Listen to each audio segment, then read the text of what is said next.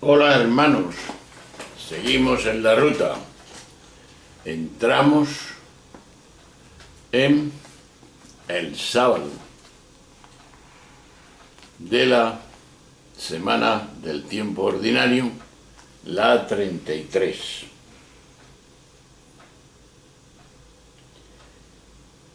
Este sábado es día 24 de noviembre. El vídeo es el 359 y el ciclo es el ciclo B de la liturgia de la Iglesia Católica del año 2018. Sigue Lucas en su capítulo 20, del 27 al 40. Y dice así Lucas: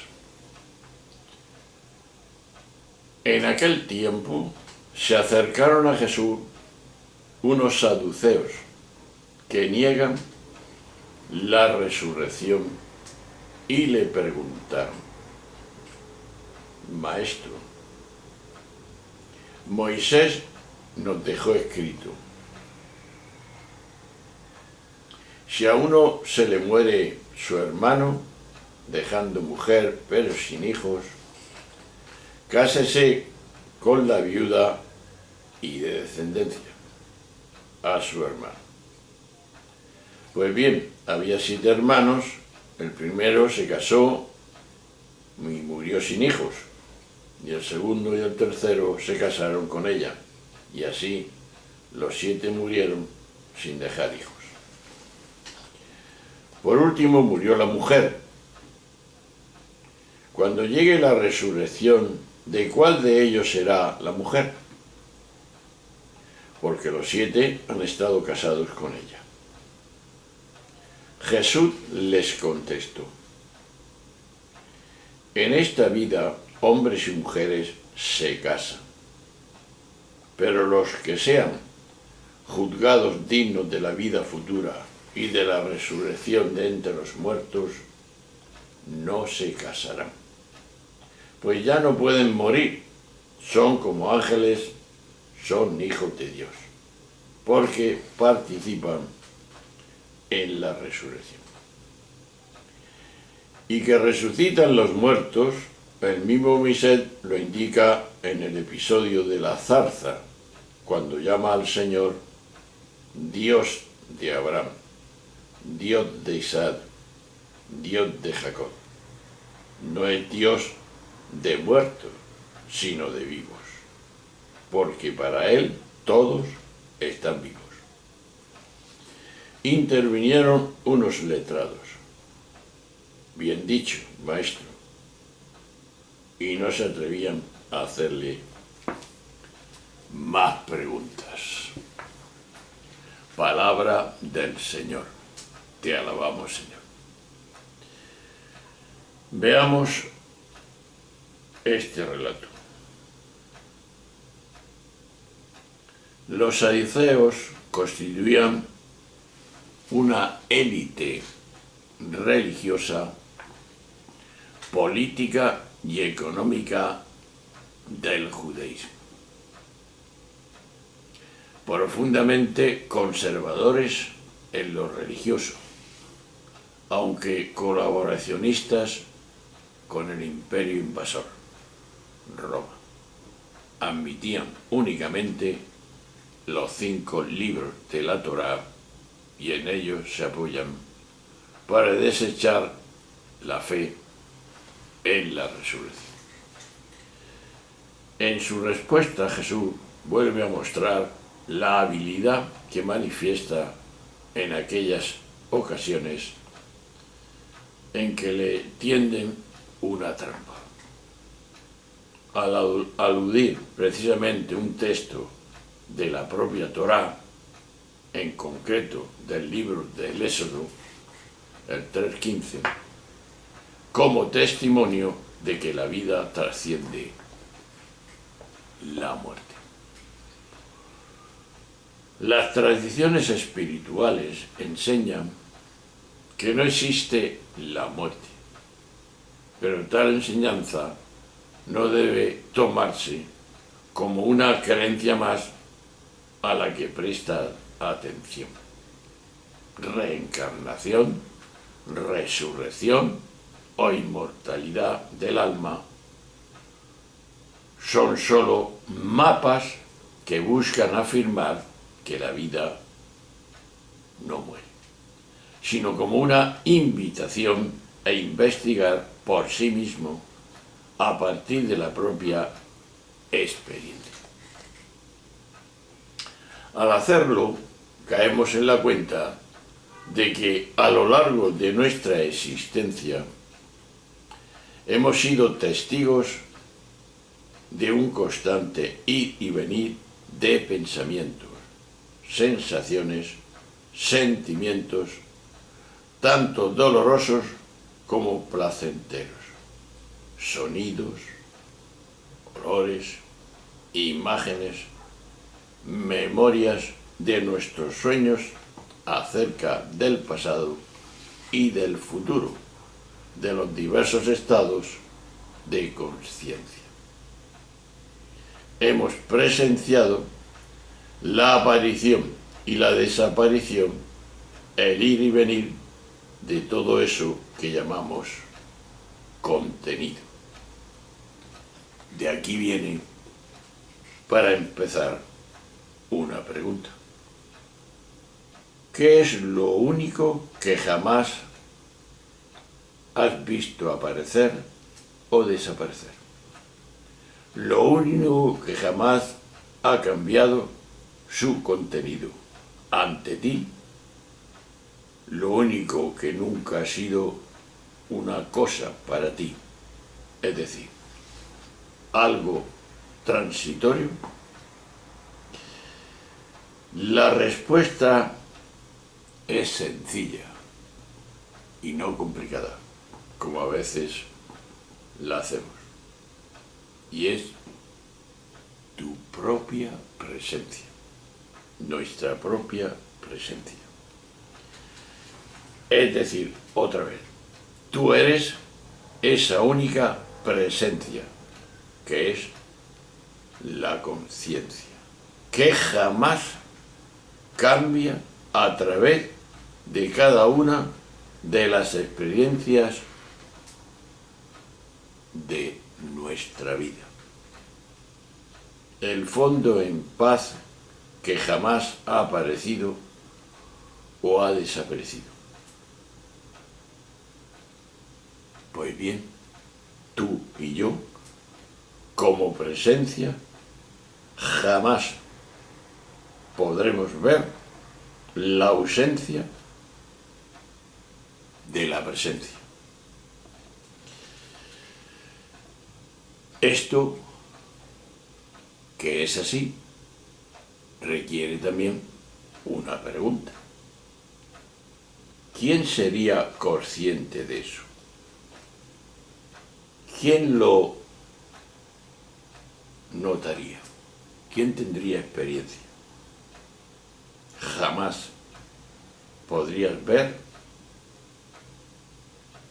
la ausencia de la presencia.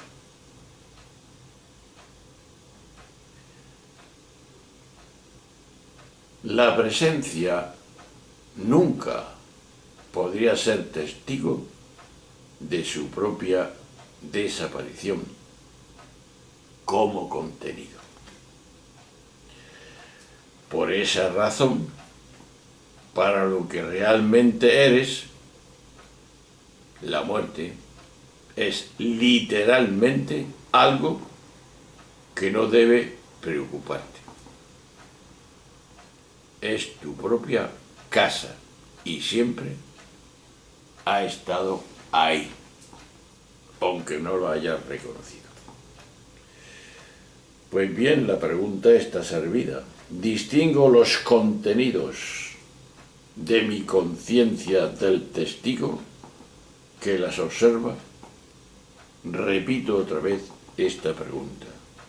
¿Distingo los contenidos de mi conciencia del testigo que los observa? Ahí va el mensaje. Tenemos que decir, primero, que pisemos tierra ante estas afirmaciones de Jesús. Una de las cuestiones teológicas fundamentales que distinguían los saduceos de los fariseos era que no creían en la resurrección para la vida futura, mientras que los fariseos sí creían en eso. De ahí conviene recordar que en casi todo el Antiguo Testamento no se menciona la fe en la vida eterna, solo al final. Y la fe de los fariseos era, en cierto modo, una innovación teológica. Ahora bien, los saduceos, para defender su postura, echan mano de la ley del liberato, muy extendida en el Oriente Antiguo, y plantean a Jesús un caso extravagante, pero no caen en la cuenta de que la vida posterior a la resurrección de los muertos no necesita perpetuarse mediante leyes biológicas, que son fuente de fecundidad y de vida en este mundo. Aunque hablando con más precisión de la vida después de la muerte, solo podemos hablar por negaciones. Sabemos lo que no es, pero nunca sabremos en este mundo lo que es la vida que por la fe esperamos para después de la muerte. Concretando, podríamos decir, además es importante dejar claro que la ley del liberato del Leví, cuñado, según establece el Deuteronomio 25, tenía la finalidad de asegurar el nombre y la herencia de la familia. De aquí que es evidente que eso no tiene ni puede tener sentido cuando hablamos de la otra vida. Todas estas cosas, que es muy importante para la vida del cristiano, porque cree en la resurrección y creemos en la resurrección de otra vida,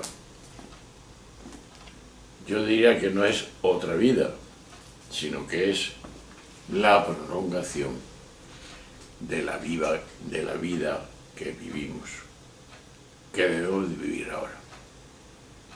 Cuando uno vive en plenitud, sabiendo que es plenitud, y tiene que vivir en el amor, la entrega, la generosidad, el olvidarse del ego, y así sucesivamente, que ya lo hemos dicho en muchas ocasiones, ahí ya empezamos a vivir esa vida futura, ese gusto por la divinidad, por lo que somos.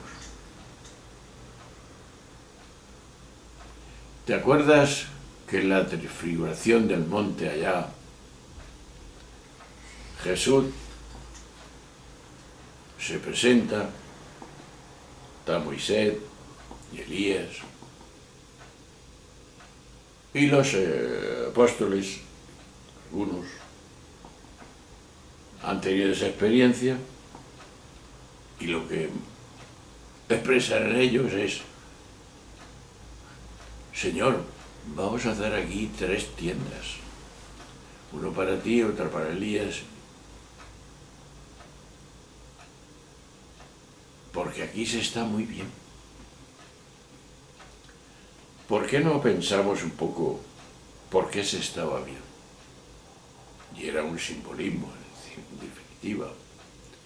Porque habían experimentado la presencia de Dios.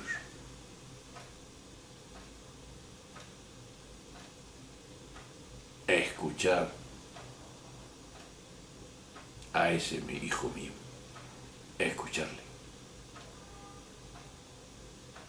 La presencia de Dios, pienso yo, está en las obras. Aparte de reconocer lo que somos y quién es Dios que nos ama a radiar. Y eso ya te dice mucho. Pero si nosotros no ponemos en obra ese amor que viene de Dios y que está en nosotros, entonces no podemos experimentarlo. La vida cristiana y la vida humana es una experiencia. Si no hay experiencia, no hay vida. Y hay que hacerlo. Entonces, nuestra espiritualidad, y lo hemos dicho antes, es vivir esa vida. Y ahí ya estamos resucitando. Ya estamos en principio gustando la presencia del Señor. Por eso hemos dicho también muchas veces, cuando lleguemos a la presencia del Señor, y el Señor nos dirá: a ver, fulano, ¿qué has hecho? ¿Qué has hecho en esta vida que te he dado, ahí en la tierra? Pues maestro, no he hecho nada, y más bien he hecho el mal. He tenido violencia, he matado. No he sido feliz. Y Dios te dirá: pues como no has hecho lo que debías, que es amar y querer, te lo has perdido, porque yo te puse para eso. Así de simple, y así de que parece que es una herejía, pero es una realidad, pienso yo. Pues pasa porque yo te he hecho para la eternidad, y entonces la felicidad será eterna. Pero se ha perdido los 80, 100, los años que sea. Ese es el secreto. Por eso, si gustamos vivir en el amor y la justicia y en la fraternidad, es decir, el reino de Dios, la comprensión, la misericordia, el respeto y tal, el amarnos como hermanos, amaros, pues ya estamos gustando lo que Dios quiere. Y somos felices, con limitación, por supuesto. Esa limitación, que es la muerte, y que es la limitación humana de todo ser, que no es perfecto, pues todo se desaparece eso cuando la vida eterna, ya para siempre. Pues ahí nos quedamos. Y ahí es la pregunta que nos hacíamos. Distingo los contenidos de mi conciencia del testigo que los observa. Ahí está la situación. Te digo que, os digo a todos los que veis este vídeo, que el próximo domingo, que será el comentario, 25 de noviembre, es ya la fiesta de Cristo Rey. Y ya veremos que era Cristo y debe ser para nosotros. Un rey como los de nuestro mundo, pues yo creo que no, claro. Pero no, eso lo veremos. Y ya entraremos en el camino de casi la última semana de tiempo ordinario, que será la 34. Un saludo profundamente humano. Hasta siempre. Adiós.